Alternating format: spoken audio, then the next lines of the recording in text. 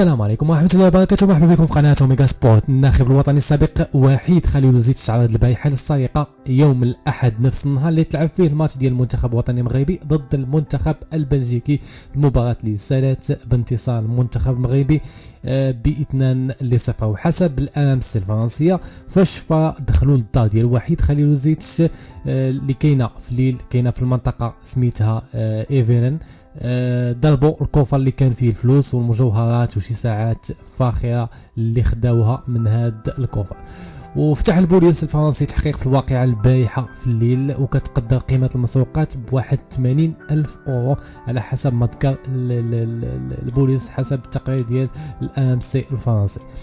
وكتهبط هاد المصيبه على المدرب البوسني وحيد خليلوزيتش، وهو باقي ما هضمش الاقاله ديالو من تدريب المنتخب الوطني المغربي، واخا دازت عليها تقريبا 3 اشهر. والشفره اللي تعرض ليها كتزامن مع التالق ديال ليكمال في المونديال، وهذا اللي كنظن على انه ما كانش كيتمناه وحيد خليلوزيتش انه يوقع، لكن ها هو حصل معاه واحد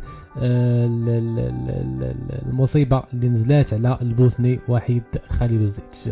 فهذا هو خبر اليوم. ان شاء الله اخبارنا متواصله معكم في قناه اوميغا سبورت. كل ما عليكم ان تشتركوا في قناتنا وتفعلوا الجرس، والسلام عليكم.